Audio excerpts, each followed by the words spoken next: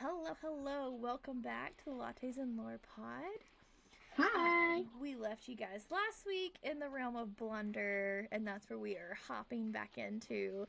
So here is your requisite spoiler warning. If you have not read The One Dark Window, which is book one, today we are discussing Two Twisted Crowns by Rachel Gillig.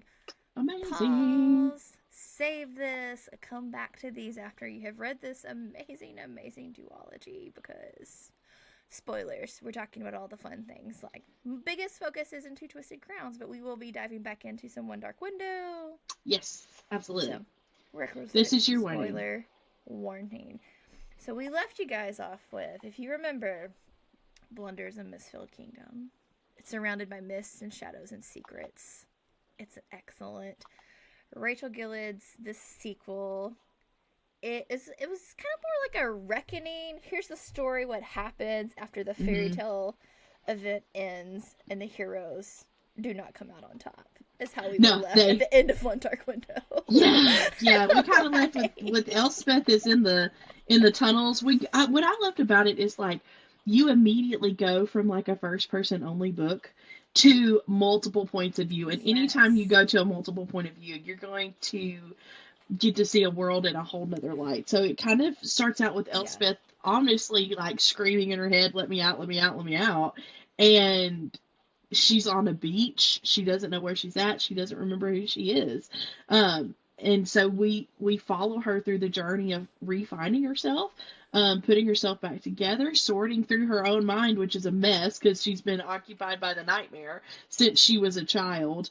So we get to see that kind of part of it. We get to see a lot of stuff. So it kind of starts with her, let me out, and then it's like, boom, Raven's point of view. And I'm like, yes, I love a multi-point of view. What I also liked it because we started getting Elm's point of view, who was a side character. Oh, book one. And I was like, I remember when I downloaded the audio of this, I was like, ooh. And they said becomes Elm. a bigger player.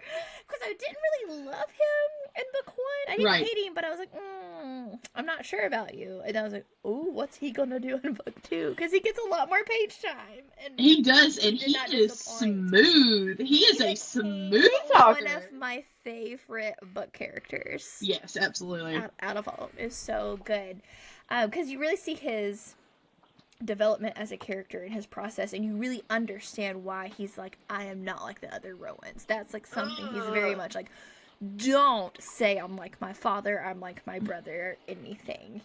It's so good. He's so good. Yeah. It's so when you opened it up, when you went to go read it, did you think that it was way darker than the first book starting out? Starting out, I guess so, because we get, like, Elspeth is in the dungeon. The nightmare's fully taken over, and she doesn't even know yet. Like, she has zero idea. And I'm like, it's all, like, going on in the mental, and, like, the dungeon in Blunder's, like, icy, and it's cold, and it's dark. Like, just the way she describes it. Like, you better grab a blanket while you're reading this book, because, like, you're going to be cold. You really were. That is not...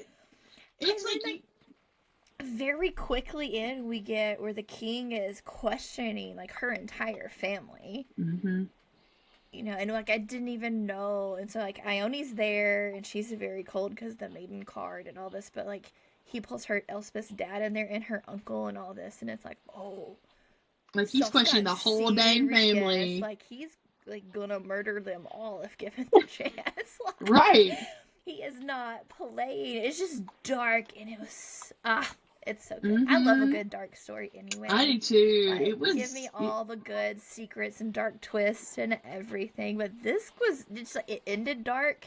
It just kept going. It did. It was just like, when I first started it, I was like, I've never read anything like this. What in the world is happening? But then, like, after that point, you get to see where Raven goes and talks to the nightmare and is like, let me talk to Elspeth. And he's just flat out, it's like, no, she's not here right now. The old Brittany can't come to the phone right now. Like, the old Taylor can't come to the phone right now. But and it's just like, it what? Was just so, because he's like, I want to talk to her. And he's like, no, She's No, gone. sorry, she's not here. How wild is that, though? Because her body's there. Right. But she's gone. Right, and... Yeah, crazy. It is, and, like, the romanticy part of it is, like, Raven is, like, your rider. Like, he is, and when, at that point where he's like, no, I'm gonna find her. Like, I'm gonna find her. I was like, oh, I knew I liked you, Raven, but... it's like, no, he really does care for Elspeth, because part of me in the first book really wondered if Raven was just being nice to Elspeth for her cards and for her talents where she can see the Providence cards, but after that I was just like, oh, he does like her. He really likes her. To see, like, his perspective and Elspeth. The whole first book, it was all Elspeth, and like she trusts nobody. Well, I mean, if I had somebody in my head, I don't think I would. But you know, so like she was suspicious of his actual intentions and everything, and the U's kind of have a bad reputation, but are like a really nice family. They are. They're like his the mom bougie and dad are family. really nice and accepting. Right. But they all have a really bad reputation. That makes me like them more. Right. You know? I know. I was like, oh, they're like the family that, like, that has, like, a ton of money, and they live in the big house, and everybody has all their thoughts about them, but really they're like, hey, how are you? This is really nice. My mom is going to make us cookies, and you're just like, great. Like, they're actually keeping the town alive, you know, because they do good work. Right. Right. So then, like, oh gosh, we could spend hours just talking about Elm and Ione. Like, I shipped them so hard the minute she put them in the same sentence. I was like, oh hey, and then this is when we can finally talk about the maiden card, when I realized that I love it even more, because in the second book you find out that the maiden card has healing powers. You can't die if you're enacted by a maiden card. And I was like, that is so good. I also loved it in here because when Elm realizes it heals her is when they're in, like, I want to say, like, the throne room, essentially, and, like, she gets cut, and he's worried. He's like, there's no cut on her. Like, they're, and he's like, what? You know, because he also finds out she doesn't have her maiden card. Someone hid it.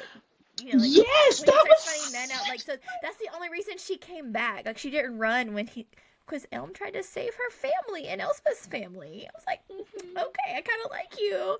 Smooth talking Elm. Leave. Yeah, like, all this. So he's trying to protect her, because I love when Ione took his scythe from him to save them from the highwaymen on the road. I was like, I was like, oh, okay. And I was like, I don't think I was into this, but apparently I am. It was funny because, like, Ione just stood up to the king. She's like, I'm also disappointed with the match you gave me too. I'm like, yes. Like, Ione, did not hold back that Hoth is terrible. Like, she was just like, I didn't ask for it. I'm not happy about it either. Like, I don't know what you want from me. Then we realized Hoth is still alive, but only barely, which I've never wanted a person to be dead more in my entire life. And we're not even to the major parts where, like, yes, you want him unalived even more. Yeah. No, it's just like, we're not even at the point. We're just like, from the first book, we find out he's just like barely hanging on by a thread. And I like, oh, there's so many good points. The maiden card, Ione, and it's good. It's so good. And it's a weird thing for Elm too, because he's having to realize that he has to be a more prominent member of the court, because now technically he's the only living heir. Yeah. And his dad's like, you have to step down from being a Death Trader and all this stuff, and he's like, first off, no. No. Okay, so one of my to do. Yes. One of my very favorite parts was, like, it was part of Elm's job to be, like, the keeper of the keys. And first off, he has no idea where the keys are. And second off, he doesn't lock any doors. He was like, why would I lock a door? This is my house. And I'm like, okay, I'll take that. I just love it because he's so, like, full of himself, but also insecure at the same time.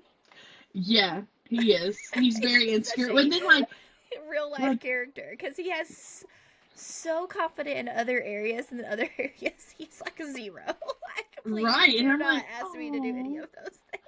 Little baby Elm. So I have a question for you. Yeah. So as you are reading this book and you get to the point where, you know, we're delving more into Elspeth's, she remembers her name. She is talking to children on the beach that she has no idea who they are. The more you read the book, did the nightmare feel more like a curse or a companion? Ooh. Mm-hmm. So I'm not sure, because in book 1, he felt like a companion until he wasn't. Like, everything was good. And even at the last moment, he's like, are you sure? Because there's no going back from this. Like, once I take over, that's it. That's it, girl. It's weird because he still is kind of a companion, because you also see how he does care for Elspeth. Mm-hmm. Even though he's taken over her for the greater good, and he's trying to right a great wrong, and he's trying to get himself out of the nightmare card. You know, we realize what all kinds of atrocities he committed as the Shepherd King, and the cost of magic that he paid with his family and everything. Yeah. But I would say in book 2, he's a curse to, like, the very end. And then it's like, oh, there's the companion. He's back. Mm-hmm. Like, he's definitely both. Totally agree. It was like, he's one of the more complicated characters that I've ever read. Because you want to, like, the nightmare in and of itself he's the Shepherd King. Like, we find out that the nightmare is a Shepherd King. He is Taxus.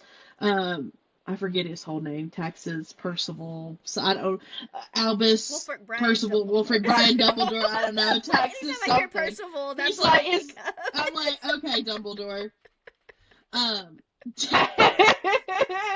Taxus is the Shepherd King. We figured out that he was murdered by the Rowan King when they took over, so that's why he hates the Rowans. And each card he had to pay a specific price for. The last one being himself. He was sucked in to the magic. He had nothing else to give. So when you really break it down, he's so complicated. He's both. And he really wanted to use, like, first off, he used Elspeth, which is not something we stand for. Unless it's a fantasy novel, and then we're like, yep, we're okay with that. But he used her. Yes, it is a red flag, but it's kind of like pink. It's okay. It's just a pink flag. A yield sign. It's like a yield. You just kind of have to acknowledge it. But he used her, but it was so he could right the wrong of the Rowans. And right the wrong of the Spirit of the Wood, which that bitch is crazy. Like, she's like, here's your magic. But at the same time, I'm going to take away from your family. Each little bit of something, you lose a little bit more. But I think both. At any point, did you really hate the nightmare and want? Yeah. Oh, can I tell you what it is? So stupid. It is so stupid. This is the stupidest thing for me to be like. He cut her hair. That made me so upset because I was like, that to me was the nightmare not acknowledging Elspeth as a person. Like, Elspeth is a person. She wasn't described as like a great, like, she was beautiful, but she wasn't described as someone using a mating card, wanting a mating card, going to parties, to balls. She liked to keep to herself, but she was described as someone who was clean and well dressed and took care of herself. And that rat bastard cut her hair, and I was just like, in gore. It was, but at the same time, I'm like, at least tell her you're cutting her hair. He didn't tell her. Be like, your hair is covered in poop. We gotta cut it. And it's just like, okay, she probably been like, okay, yeah, that's fair. Then just cut it off. But no, he just cut it off. She didn't tell me. Raven gets mad, and I was like, yeah, we need to be mad about this. And then when Elspeth finally realizes that her hair's shiny, she's like, oh, you cut my hair? And it's just like, if you believe everything that everybody says, I think it was for a reason, because we know that lots of people say hair holds memories. And that's part of her self-ending. Like, she's getting rid of the old so she can be the Elspeth of the future, which part, I'm like, screw you, Nightmare, you should ask first. Ask permission. We are consent kings around here. I mean, he could have said, hey, I gotta do this, I'm sorry. We don't get that chapter. He could have, but the fact that Elspeth was just like, oh, my hair, tells me he didn't. I was just like, and then like, that just bothered me. That was it. That's the point. I was like, you are a bad guy, Nightmare. When did he redeem himself for you? Or did he? He did. Towards the end, whenever he was like, part of me, he really redeemed himself when he let Raven in. When he let him talk to Elspeth and be like, this is, she is here. You can have time with her. That's when, and he was like, okay, that's enough, you. But he gave himself gave him that time with her. And that told me that he was not terrible. But then he's like, I did cut your hair off. And she's like, you cut my hair off. But that was me when he started to. And then at the end, of course, the end. Right. I did think it was funny that when the king finally tells Raven, like, go try to find the twin Aldous card and all this stuff, he comes out, he's cut the hair and done all this, and he goes, oh, we'll need a spare. And Raven's like, a spare for what? Like, what are you sacrificing? And then he was like, it's a Death Trader I don't like, it's okay. Like, what? It was so... I know. It's just like, they are cutthroat in this book. And I was just like, you know what? I kind of like that. He's like, it's just somebody we don't like. It's fine. Yeah, he's like, wait, who are we sacrificing? Mm-hmm. Oh, okay. It's just like, okay. Like, all right, sounds good. Let's go. Okay.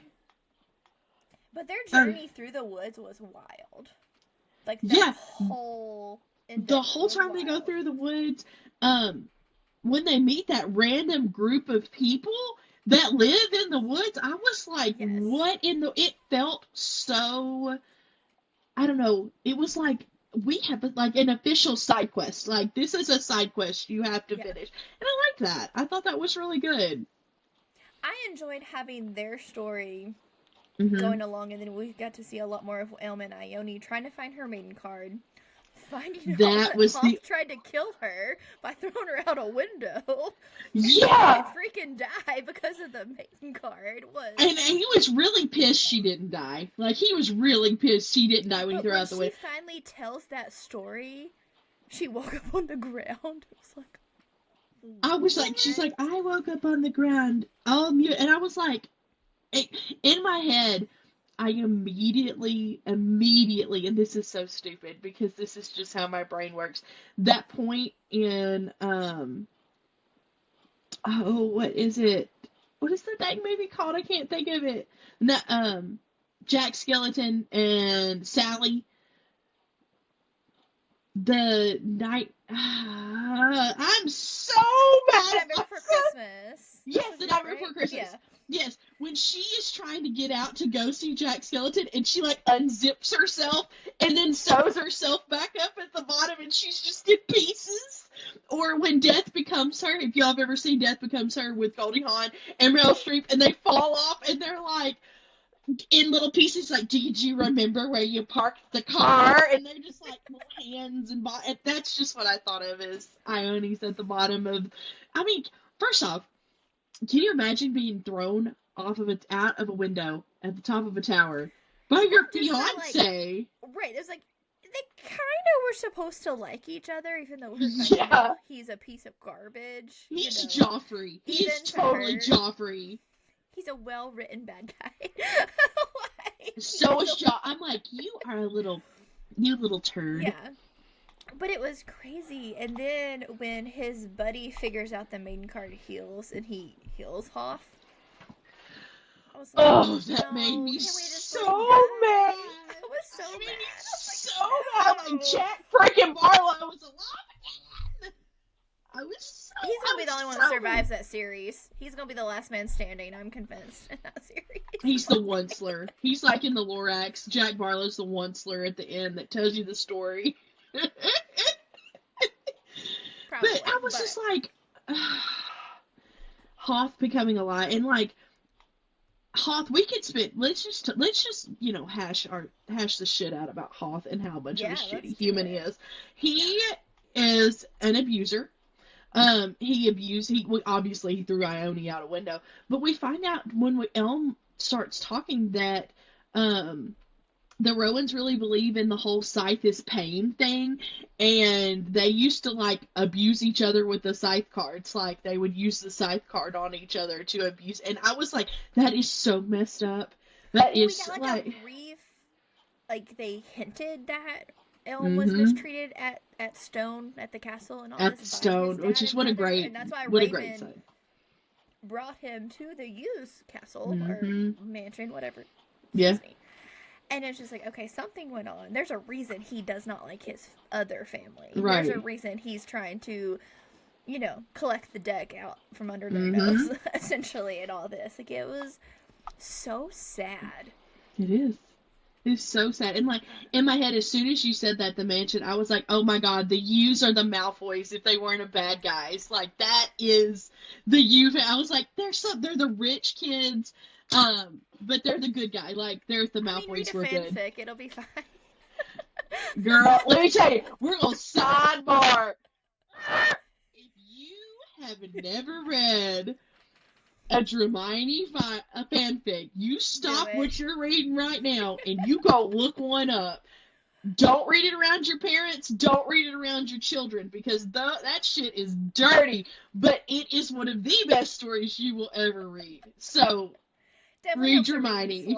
If you're in a reading slump, you're a romantasy reader, check them out. Okay, back to Two Twisted Crowns. But that's who I was picturing. That kind of family originally with the U's was kind of very high class person. Very Malfoy. Very Malfoy. But as we go along, no, they're like the Weasleys. Yes, they are. So I really like the scene because in One Dark Window we kind of have a bad taste for Elspeth's father. Like, yes, he tried to save her, but he said zero to do with her throughout until like the very end. He randomly gives her a Providence card. Like, here you go, it's yours. She's like crumpled. She's like half dead. Here's your Providence when he's like card, standing child. in front of the king and then attacks his brother-in-law, he's like, you did what to Elspeth? Like, he loses it. Like, he has his cool up until he's like, oh, he's still dad and still trying to protect her. Absolutely. But I'll be your father figure. did you guess that Hoth was gonna do something to off the king, or was that a total shock for you? Total shock. I was like, which kind of, I figured that, they don't get along. So I didn't know what they are, but the fact that he like off the king, that was something I did not see coming. That was everybody. Like, he poisoned him in front of the court. Full red wedding. That I was expecting a big showdown further towards the end of the book with like the U's and the Rowans, and Elm would have to make a tough decision. Is what I was thinking was going to happen. But when it did this, I was like, they're not even back from the woods yet, and there's going to be a new king, and just when Hoth took over, it felt so horrible reading that book. Like, oh, God, because even if, like, part of it was like, okay, even if they get the Twin Alders card, and they still don't have enough cards to unite the deck, they still don't have a sacrifice, like a blood sacrifice. Yeah. It was just kind of one of those that it was so close to it was close to the end, but not close to the end. I was like, but this is a duology. And I was like, this is a duology. astrology because this feels like the bad guys are gonna win. Like, I know I was it. not convinced the good guys were gonna win out because I had never read any Rachel Gillig stuff or anything else. Like, oh no, like she's divergent us, and like I know gonna die. It was gonna be a divergent moment. I was so worried, and I was like, no, because I love it so much. But like halfway through, Hoth is taking out the king. They're in the woods. Jesper almost dies. The other guy that they take with him does die. Yeah. I was like, what?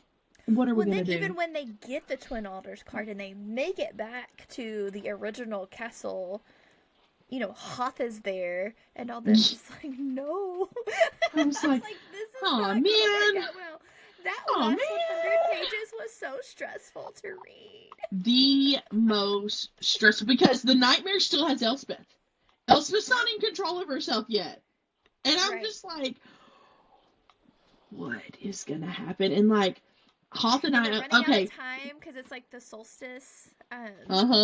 You know, like they're on a time clock. Like if they don't rename the deck in like hours or minutes, like it's not gonna happen. It was so wild. It was so wild. It's like, and then we see like there's 3 sections, and the last section that gets so crazy. I'm trying to figure out what I think it's to barter, and I was like, what are we bartering? Who's dying? To bend. The last section is to bend, and I was like, to bend. And, you know, Hoth uses his scythe to take over Elm. And, okay, we got a sidebar about Elm finding the marriage contract to marry Ione. And I was like, he is one smooth motherfucker. Like, he is... He went from side character to main character, and that is something I love so much. But in the marriage contract, he sees that it says... Ione only has to marry a Rowan. It doesn't specify Hoth. So I was like, oh, if one of them dies, I'm gonna be so sad, because it was set up for everyone to die and Hoth to take over. And I was like, I don't know what's gonna happen. I don't know. I just kept going, I don't know what's gonna happen. I don't know what's gonna happen. I don't know what's gonna happen. Well, and then, you know, like, Elm and Ione went out over Hoth, but Raven's dying. I was like, no. Yeah. Raven's mostly like he's mostly dead for the end of the whole book until the very end, and I'm just like, Raven, not Raven. Well, even then with the nightmare, like acting through Elspeth, he's like, get all these people in here, or y'all just gonna stand around and let him die? Yeah. Right. So with that, Jesper, you're gonna have to do this, and she's like, I don't know how to do that. He goes, I don't know how to do that. Or he's dead. Or he's dead. Like, I'm trying to help you. And he's like, someone get him a maiden card. Someone get him a maiden. And I was just like, oh, he knew this whole time that the maiden cards. He knows it all. The Shepherd King knows how all the cards work. Well, he should. And he's like, he made them all. I know, and it was just like, whenever he says someone get him a maiden card, I was just like, you. And that was another part where I was like, after he cut her hair, and when he just like, I'm like, you are holding so many secrets. Yeah. He's like, somebody go get a maiden. It was so nonchalant. Ugh. Right, but because but thinking of the nightmare and the Shepherd King and all that, after you sacrifice your family to build the Providence cards, because people are wanting magic, and supposedly magic would help with the mist and all this stuff, he sacrifices himself by getting trapped in the nightmare card. I wouldn't be sharing my secrets either. No, when you get betrayed by like your head guard, it was a Rowan, yeah. No, I'd probably be keeping them close to the chest also. That's at the true. same time, he spent 11 years with Elspeth. Like, she's trustworthy, my man. She right. I mean, you can tell Elspeth that she can use a maiden card. Like, she can use a maiden. Like, you can tell her that. So, I have a question with all of this we're talking about. It's very emotional. The very end of the book is emotional. So, what theme of this book resonated the most with you? Would it be love, sacrifice, or freedom? I know, it's a good one, because it's like, we get all of those are are the themes throughout, the emotions throughout the book. Right. Because it's kind of, they all kind of tie in together. Mm-hmm. You know, because you're gonna sacrifice certain things for the people you love. Yep. You know, but I would say sacrifice, because you start seeing all these sacrifices that are being made for multiple reasons, for the good, the bad, the ugly, throughout this book. Mm-hmm. To the detriment of several people, and even up to the very end. You know, but it was deep. I was not expecting it to be that driven in the series when I started it.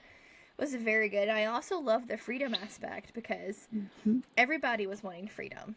Elspeth was wanting free from the nightmare. The nightmare was wanting freedom from the nightmare card. Like, he wanted to pass on and be with his family and stuff. And Ione wanted free of the maiden card.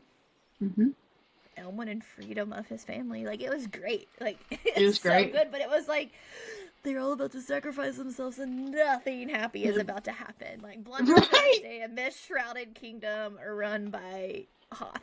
Like, and I was like, Hoth?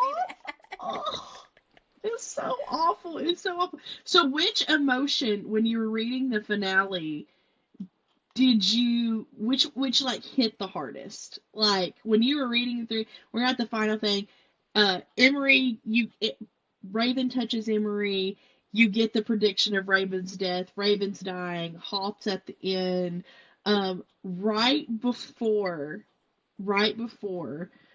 Elm sacrifices Hoth to reunite the deck, and they use Hoth's blood to reunite the deck. What emotion resonated with you the most? I was so angry, because I thought they were going to lose. Yeah. No, they could not have come this far and nobody come out victorious. Like, at least one of the good guys has got to win something. I was so angry, and then I was like, this is such a fun twist. All at the same time. It was a lot of feels. It was. And then you're still worried, because it's like, okay, we've collected the deck, it's reunited, all these things, so that means the card, now that they have, can heal everybody. You start finding that out. It was wild.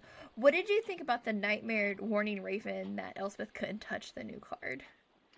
I know. She touched it and paid the price for everything else. I was like, oh, this is still a crazy card to use. So dark. It was so dark. Because it's the end. We had the deck reunited. Raven's half dead. Elspeth's half dead. Emery's half dead.